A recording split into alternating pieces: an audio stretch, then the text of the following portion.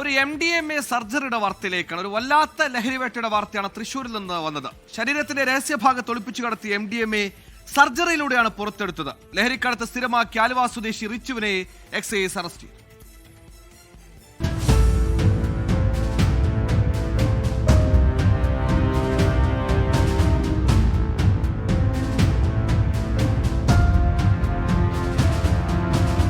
ലഹരിക്കടത്ത് പതിവാക്കിയ ആളാണ് ആലുവ സ്വദേശി റിച്ചു. നേരത്തെയും നിരവധി തവണ ലഹരി കേസിൽ ഉൾപ്പെട്ടിട്ടുണ്ട്.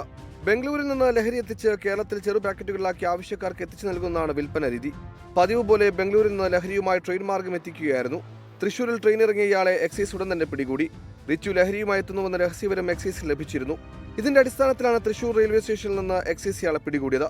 പ്രാഥമികമായി ഇയാളെ അടിമുടി പരിശോധിച്ചിട്ടും ലഹരി കിട്ടിയില്ല. പക്ഷേ ലഹരിക്കടത്ത് സ്ഥിരമാക്കിയ ഇയാൾ എക്സൈസിന് പൂർണ്ണമായി വിശ്വാസമുണ്ടായിരുന്നില്ല. ശരീരത്തിൽ എവിടെയോ ലഹരി ഒളിപ്പിച്ചിട്ടുണ്ടെന്ന സംശയത്തിൽ ഇയാളെ സമീപത്തെ തൃശൂർ ജില്ലാ ആശുപത്രിയിൽ എത്തിച്ച് സ്കാനിംഗ് നടത്തി.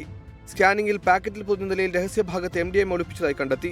തുടർന്ന് ഡോക്ടർമാരെത്തി ശസ്ത്രക്രിയ നടത്തി ലഹരി പുറത്തെടുക്കുകയായിരുന്നു. 20 ഗ്രാം MDMA കണ്ടെത്തി. ബംഗളൂരിൽ നിന്ന് ട്രെയിൻ ഇറങ്ങി തൃശൂർ റെയിൽവേ സ്റ്റേഷനിൽ ലഹരി കൈമാറാനായി ആളെ കാത്തു നിൽക്കുന്നതിനിടെയാണ് റിച്ചു പിടിയിലായത്. ലഹരി എത്തിച്ചു നൽകുന്ന ഉറവിട കേന്ദ്രങ്ങളടക്കം കണ്ടെത്താനുള്ള അന്വേഷണത്തിലാണ് എക്സൈസ്. 24 തൃശൂർ.